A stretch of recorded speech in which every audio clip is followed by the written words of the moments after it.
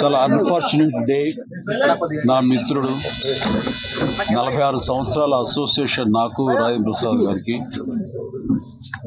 నా బిడ్డలు వాళ్ళ బిడ్డలు కలిసి పెరిగారు. వాటి చెన్నైలో కానీ ఇక్కడ హైదరాబాద్లో కానీ ఎప్పుడు కలుసుకున్నా ఫ్యామిలీ పరంగా రాజేంద్ర ప్రసాద్ మాట్లాడుతుంటాడు. వాళ్ళ కుటుంబం, వాళ్ళ ఎదుగుదల, బిడ్డల పెరుగుదల అన్నీ, అలాగే మా ఇంట్లో మా విషయాలు మేము చెప్పుకుంటుంటాం. అలాంటిది ఈ రోజున వినకూడని ఒక దుర్ఘటన, అకాల మరణం తన ఇంట్లో. చాలా అన్ఫార్చునేట్ డే.